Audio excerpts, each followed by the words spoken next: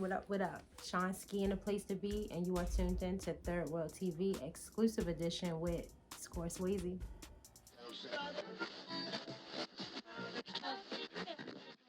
Visit www.shonskimedia.net for more on our featured friends and Third World TV inquiries. So, hey, Score Swayze, our new featured friend.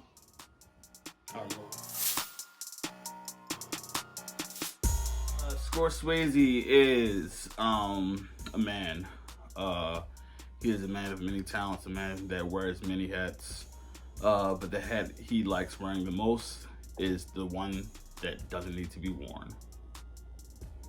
It's kind of fake deep, because like honestly that really just means sometimes I just don't like doing shit. But I do a lot of shit. Listen, like when I feel like doing this shit, you know, it's great. It's beautiful, it's lovely. But we all human beings out this bitch. It's just really how you feel that day. Pretty much. Honestly, like, I had Swayze TV Live going for a bit. That was my live performance series. But then COVID just came on through and just changed everything. And I just kind of had to, like, think on my feet, like, all right, there's no more platform for any more artists, you know? So there has to be some kind of way where as though people can still get a spotlight for their art, but they can still have some, like, I don't want to say decorum, because that just sounds way too fucking formal. But there's still some type of, like, format. Because, like, this is when IG Live started really popping, like, during, like, quarantine, like, quarantine radio and stuff like that.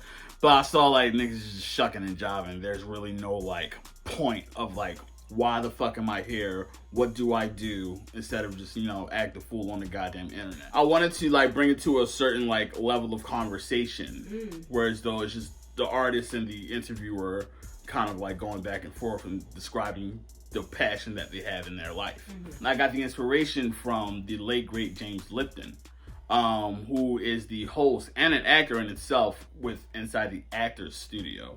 And basically the conversations that he would have with certain actors, because he had it in Pace University where he was a professor, and he would have these conversations in front of his students. So they can just like learn about the game, learn about Hollywood, learn about acting, learn about theater and things like that. And then I thought, you know, there's no platform like that for hip hop, like whatsoever. So I figured, you know, one of my biggest quotes that I really just like die for is, if they deny, you provide. And that's being denied within our pockets, within music, especially within hip hop, because we're just automatically just the monkeys in the cages that just like rattle shit up with no type of intellect. So I figured the one thing I can provide with Inside the Rapper Studio, which is now ITRS, I can provide that type of platform where as though they can talk about the songs that they make, they can talk about the platforms, they can talk about their upbringings, talk about how they even got started with their lifestyle, which is being a musician. So I started that the last week of March of 2020. And that was just like my first runner week where I can just talk about the music that I made up until this point, just so I can kind of get used to being on live, because I don't do this camera shit. I don't, like, you would think I do because it's like 100 episodes deep and all that shit, but like, I just stay at home and just play Smash and just fuck around. I don't do this. It just feels like work. And since niggas don't work anymore, you gotta substitute that. So the first week was just my stuff. Then the week after that was the official beginning of Inside the Rapper Studio, where I started interviewing other people.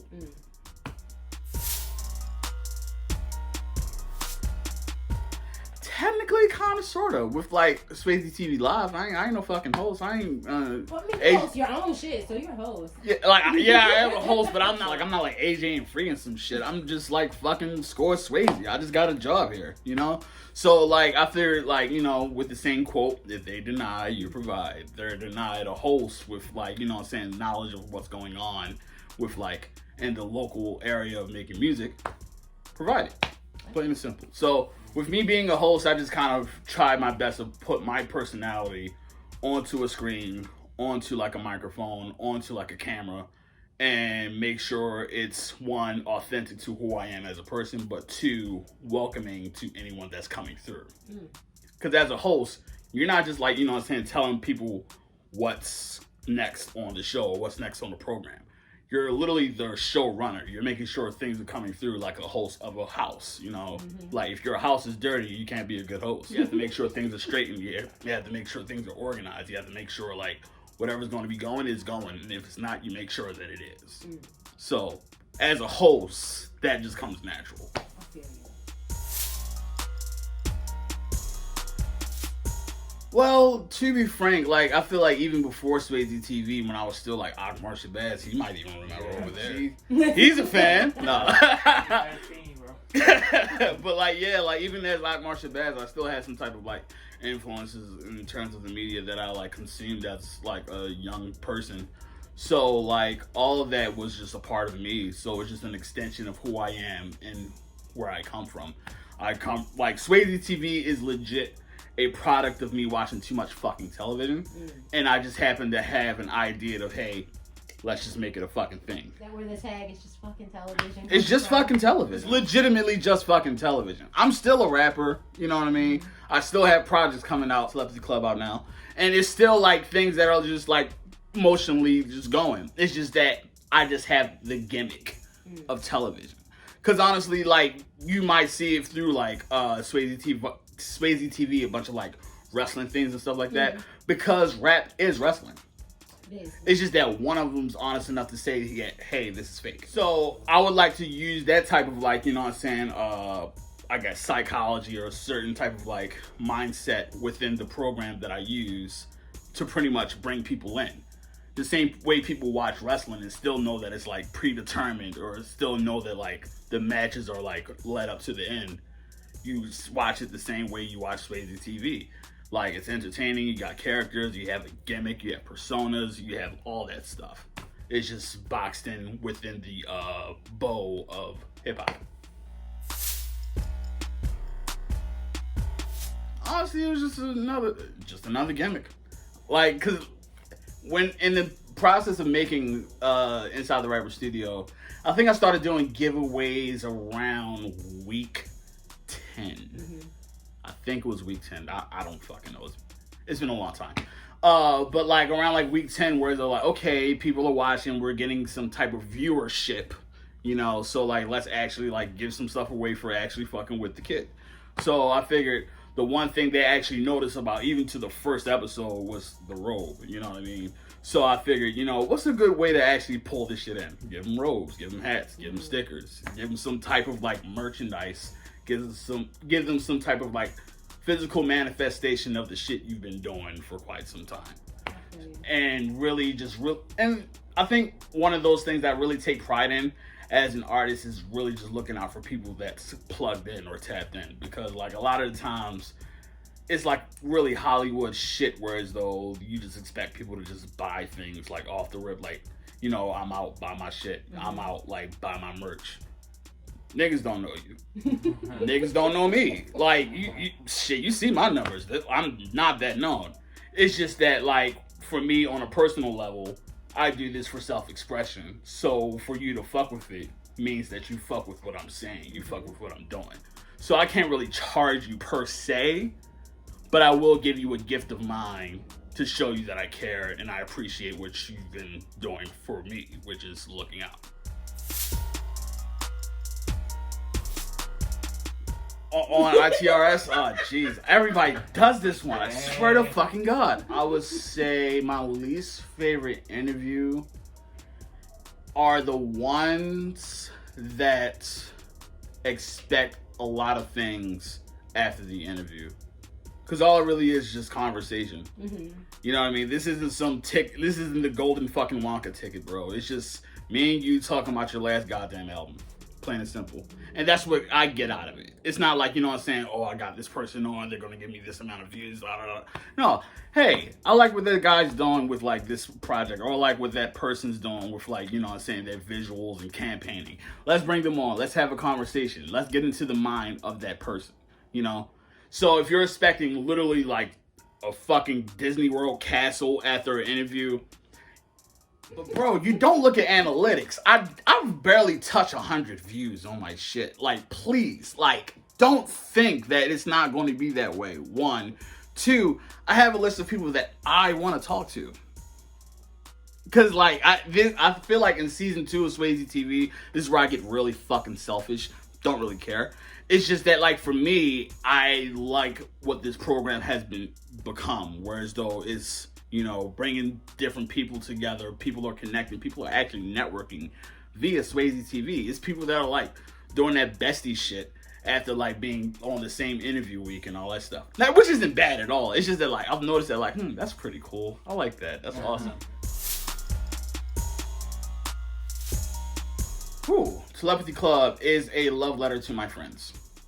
I'm the least rapperist rapper. That's why I feel as though, like, not to, like, hark on, like, whatever the fuck is going on in terms of, like, trajectory of whatever is, like, going on with my career, but I feel like that's why things have kind of, like, shot up and shot down at the same time, because, like, I don't really, like, I've been cooking for 10 fucking years. Do you really think I'm just, like, Mr. fucking Hollywood, Mr. Loving Hip Hop New York? I don't care. Most of the times, I'm either writing music, producing, watching a shit ton of wrestling, playing Pokemon, on Clubhouse with random ass Somalian people, and just, like, really just doing a bunch of shit. At the end of the day, like, I'm a human fucking being. And where that confusion lies within rappers, and not just rappers, but within hip hop in general, we replace people with products. And in that sense, pretty much, we can't really distinguish the two between, like, what's a brand and what's a person. You know what I mean? We are on social media legitimately as soon as we wake the fuck up and as soon as we go to fuck to sleep. Why? Because we have something to promote. What do you really have to promote outside of your life? Because if you consistently promote, what do you have that's for yourself? What do you have within, like, your close friends, ironically enough? Like, what do you have amongst that? If you keep just leaking shit out, then you don't really have much. Mm-hmm. That's why, like, when it comes to my music, it's personal, one, but at the same time, I try not to product myself or market myself as just some fucking, like some fucking toy. You know what I mean? People are just selling, like, toys of themselves constantly, and I can't do that. Because honestly, one, I don't like people. I don't know if you can tell. Like, you would think, like, a guy that just interviewed a bunch of fucking people, oh, he's just so... No, I'm not. But that's one. Two, at the end of the day, I like to humanize people. Mm-hmm. Like, actually, if it's in my phone, I can actually show you the mission statement. Like, the first thing I wrote out in my notes when it came to Inside the Rapper's Studio. Boom. Can you read that out loud? Mission statement: to humanize the rapper to the masses. Because that's the first thing I want to do with not just Inside the Rapper Studio, but with anything I do. Because we're products. Mm-hmm. We are legitimately products of capitalism.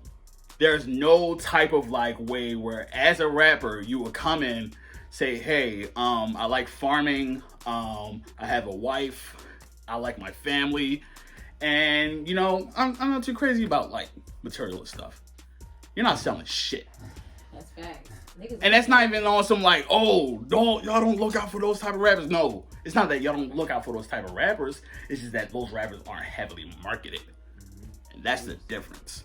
So for me, I market myself the way I would want to be marketed.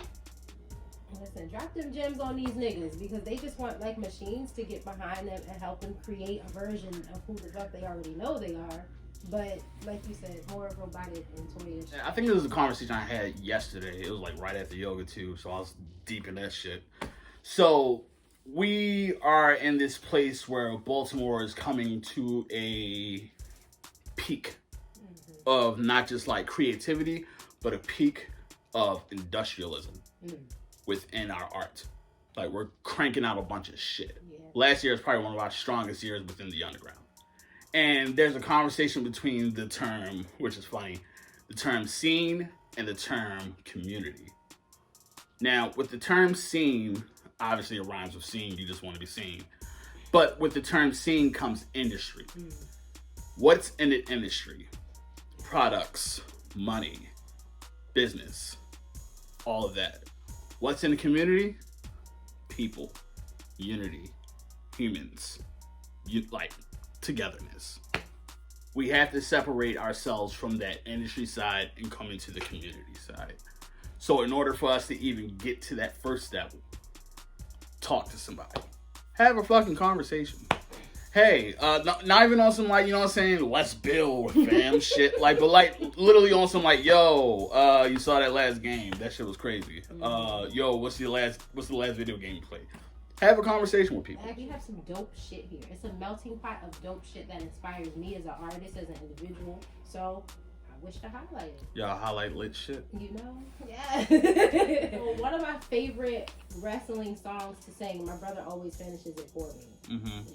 Oh, you didn't know? Yeah! Like, that's funny. I was singing that, like, the other fucking day. Yeah. Not even on some, like, oh, I'm a fan. It's like, you know, this is a good song. This is cool. It's so good. Honestly, Jim Johnston did his thing on that one. Shouts out to Jim Johnston. Shout out to you, because that is my shit. I'm going to remix that shit, okay? Wait, what? Yeah.